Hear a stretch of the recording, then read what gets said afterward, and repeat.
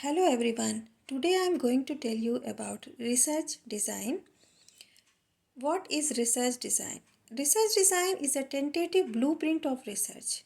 It is a systematic methodology in collecting accurate information, or you can say it's a plan, structure, strategy of investigation so as to obtain answers to the research question. Here are some definitions. According to P.V. Young, research design is the logical and systematic planning and directing of a piece of research. Miller said that research design is a planned sequence of entire process involved in conducting a research study. According to Salitage and others, it's a catalog of various phases and facts relating to formulation of research effort. तो research design blueprint of research है। ये pre planned structure हम बना लेते हैं कि हम कोई रिसर्च करने जा रहे हैं, उसके पहले हम एक प्लानिंग कर लेते हैं कि हमारा रिसर्च ऐसा होगा, उसमें हम किन किन बिंदुओं पर ध्यान देंगे, टाइटल क्या होगा और फील्ड एरिया क्या होगा, what is our field area, then on which people we are going to study, और जो हम डेटा कलेक्शन टेक्निक्स क्या होंगी, किन डेटा कलेक्शन टेक्निक्स को, और हमारा टाइप ऑफ डेटा क्या होगा, फिर डेटा एनालिसिस कैसे करेंगे, फिर finally we come to the conclusion. तो ये सारा कुछ हम डिफरेंट स्टेप्स को इन्वॉल्व करते हैं अपने रिसर्च डिज़ाइन में, और इस तरह जो रिसर्च डिज़ाइन है हमें डायरेक्शन देता है कि हम कैसे रिसर्च में आगे बढ़ेंगे। तो इसीलिए कहा गया it's a plan sequence of entire process involve in conducting a research study, और we can say it is a systematic methodology in collecting the accurate information. Here are four basic types of research design. First is descriptive research design, then second diagnostic, third is exploratory, and fourth is experimental. Descriptive design. Descriptive design describes the phenomena under investigation, and here the methodology which is involved is qualitative methodology, and the three approaches are used. First is the participant observation, second personal documents, and third is unstructured interviewing. तो यहाँ पर क्या करते हैं कि जब भी हम किसी कम्युनिटी को स्टडी करने जा रहे हैं तो किसी पर्टिकुलर प्रॉब्लम पर स्टडी करते हैं, मीन्स उनका किसी रिचुअल होगा, रिलीजियस एक्टिविटी होगी, या ट्रेडिशंस, फेस्टिवल्स, या कोई और भी मीन्स प्रॉब्लम हो सकती है, उन पर हम स्टडी करने जब जाते हैं तो हम जो इन डेप्थ स्टडी करेंगे, एथनोग्राफिक रिसर्च होता है, और उस जिसमें कि जैसे किसी ट्राइबल का हम एथनोग्राफी लिख रहे हैं तो वहाँ पर हमको डिस्क्रिप्टिव रिसर्च डिज़ाइन करनी होती है, बनानी होती है, और डिस्क्रिप्टिव रिसर्च करते हैं means we have to interpret the data and describe the phenomena under investigation.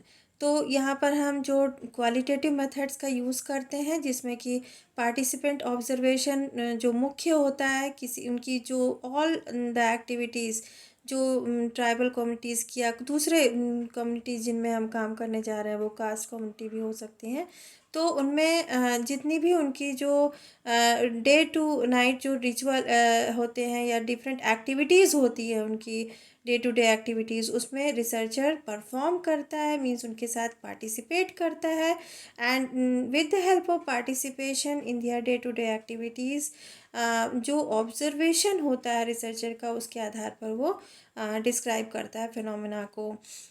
Personal documents जिसमें कि डायरीज़ और ऑटोबायोग्राफीज़ आती हैं, ये भी बहुत हेल्प करती हैं डिस्क्रिप्टिव रिसर्चेस में और डिस्क्रिप्टिव डिज़ाइन में। Then third is the unstructured interviewing, means field में जाने के बाद जो है तमाम ऐसे क्वेश्चंस रिसर्चर के दिमाग में उठते हैं जो वो वहाँ पर पूछता है, और उसको हम अनस्ट्रक्चर्ड इंटरव्यू कहेंगे। मीन्स ये प्री प्लान नहीं होता है, स्ट्रक्चर नहीं होता है, और फील्ड में जाने के बाद ही ऐसे क्वेश्चंस दिमाग में आते हैं रिसर्चर के। तो ये सारे मेथड्स को हम अप्लाई करते हैं इन descriptive design. Then second is the diagnostic research design. Diagnosis is a problem solving strategy. It consists of emergence of problem, diagnosis of its causes, formulation of all possibilities of remedy, recommendation for a possible solution. तो जैसा कि doctor करते हैं कि जब आप उनके पास किसी डिजीज़ या इलनेस के क्योर के लिए जाते हैं, तो सबसे पहले वो आपका मीन्स वो बैकग्राउंड में जाते हैं, हिस्ट्री पूछते हैं कि क्या-क्या आपने खाया था, क्या-क्या हुआ था जिसकी वजह से ये प्रॉब्लम आई। तो प्रॉब्लम के इमर्जेंस की बात होती है। देन डायग्नोसिस मीन्स डायग्नोस करते हैं, मीन्स कॉजेज़ क्या रहे होंगे जिनकी वजह से ऐसा हुआ, and then they formulate a possible remedy and recommend a possible solution. तो ठीक इसी तरह सोशल साइंटिस्ट जो होते हैं, जैसे कि anthropologist, they work like a social doctor, and they in order to solve a social problem, to give a solution to a social problem, they first know the causes of that problem, which are what are the causes behind that problem, and then they formulate a possible remedy and possible solution to that problem. तो जो applied anthropologist होते हैं वो social anthropologist, they are do they do the diagnostic researches, and the way to collect the data in diagnostic research design are, first is the case study. Case study is a method with the help of which we can perform the diagnostic researches, and clinical observation, and the third is informal and formal testing. So on the basis of formal and informal testing, in clinic जो observation करते हैं वो, और case study means case आपका कुछ भी हो सकता है, एक इंडिविजुअल या एक पर्सन भी हो सकता है और एक ग्रुप भी हो सकता है, एक सिटी या एक विलेज भी हो सकता है। तो इस तरह केस स्टडी कर कर इंटरव्यू करके हम डायग्नोस्टिक रिसर्च डिज़ाइन के लिए डेटा कलेक्ट कर सकते हैं। किसी भी प्रॉब्लम के बिहाइंड वो क्या कॉजेज़ हैं उनके जानने के लिए हम इन मेथड्स की हेल्प करते लेते हैं। Then third is the exploratory design. Exploratory design जो है वो ये मीन्स ऑल साइंटिफिक जो स्टडीज़ होती हैं उन सभी में हम बिगनिंग में एक्सप्लोरेटरी रिसर्च करते हैं। मीन्स एक सरफेस लेवल का एक्सप्लोर करते हैं कि डीप स्टडी नहीं करनी होती है, सरफेस लेवल में ही हम सतही इसको स्टडी कहते हैं, और ऊपर ऊपर से ही हम उस पर्टिकुलर प्रॉब्लम या उस पर्टिकुलर जो हम स्टडी करने जा रहे हैं उसके बारे में हम नॉलेज पा लेते हैं।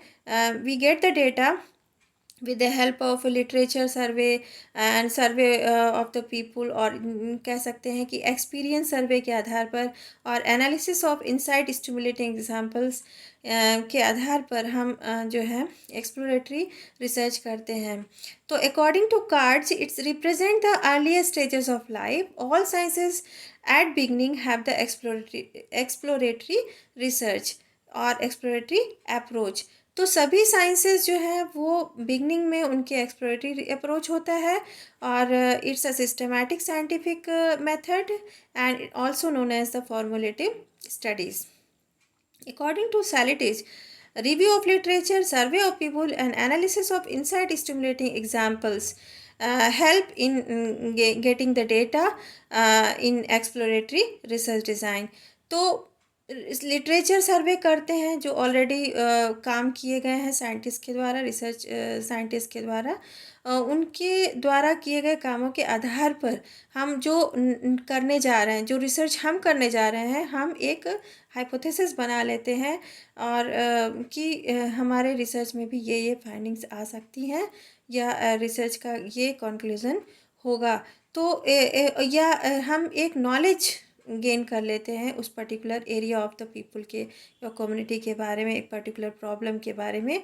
तो वो जो लिटरेचर सर्वे या रिव्यू ऑफ लिटरेचर के आधार पर जो एक्सप्लोरेटरी नॉलेज मिल जाता है, उसी तरह एक्सपीरियंस सर्वे होता है। मीन्स जो लोग उस एरिया से जुड़े हुए हैं या उस पर्टिकुलर फील्ड से, उन लोगों से उनके बारे में जानकारी रखते हैं, उनके एक्सपीरियंसेस के आधार पर भी उनके उनसे सर्वे रिसर्च करके भी हम नॉलेज गेन करते हैं, डेटा गेट करते हैं। And the third is the analysis of insight stimulating examples. Means कुछ ऐसे एग्जाम्पल्स हैं जैसे कि जिसके आधार पर हमको एक्सप्लोरेटरी नॉलेज मिल जाता है, जैसे कि वहाँ पे स्ट्रेंजर्स के लिए उनका क्या रिएक्शन रहा, मीन्स जो कम्युनिटी पीपल हैं वो स्ट्रेंजर्स को देखकर कैसा रिएक्ट करते हैं, या डिफरेंट कल्चरल लेवल्स के लोगों का अलग अलग क्या रिएक्शन होता है। तो these are also the data which help in getting the knowledge. और इस तरह एक्सप्लोरेटरी डिज़ाइन में हम इन मेथड्स को यूज़ करते हैं। Then the fourth is experimental design. According to Sality, it is the most effective method of testing a hypothesis. Judson Mill said that it's a study in which the investigator manipulates or varies one or more variables independent and measures other variables dependent. Hammond and Householder said that one of the essential difference between a descriptive and an experimental study is that an experiment always involves intervention on the part of scientists. Chapin said that an experiment is simply observation under controlled conditions.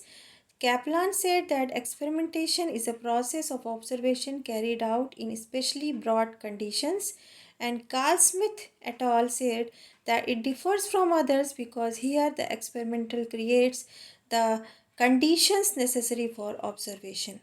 तो हम experiment को कह सकते हैं कि experiment क्या है, वो कंट्रोल्ड ऑब्जर्वेशन है। मीन्स जो रिसर्चर होता है या एक्सपेरिमेंटर होता है वो अपने अकॉर्डिंग, मीन्स अपना जो रिसर्च करने जा रहा है या टेस्ट करता है उसके अकॉर्डिंग वो एक कंट्रोल्ड एनवायरनमेंट क्रिएट करता है और उसी को हम एक्सपेरिमेंट कहते हैं।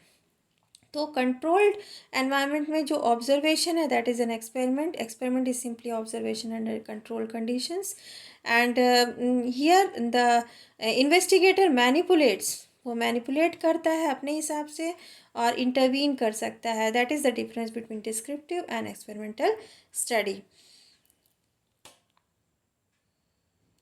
Then the components of research design. Here are some components of the research design. Title of investigation, purpose of study, critical appraisal of previous studies जिसको review of literature भी कहते हैं, statement of problem, scope and investigation, objectives of study, conceptualization of terms, formulation of hypothesis, selection of sample, data collection, data analysis, tabulation, interpretation and verification of data, conclusions, bibliography and summary of report. Then final outline of research design. इनमें भी वही steps involve किए गए हैं जो major steps हैं। Title of study सबसे पहले लिखते हैं रिसर्च डिज़ाइन में, then statement of problem, aims and objectives, review of literature, hypothesis, field area selection, then samples भी होता है, सैम्पलिंग, रिसर्च मैथोलॉजी में किन किन मेथड टेक्निक का हम इसमें इस्तेमाल करेंगे, देन डेटा एनालिसिस पार्ट आता है, and finally the conclusion, bibliography, then report writing. Thank you very much. Please subscribe, like, share and comment. Meet you in next video.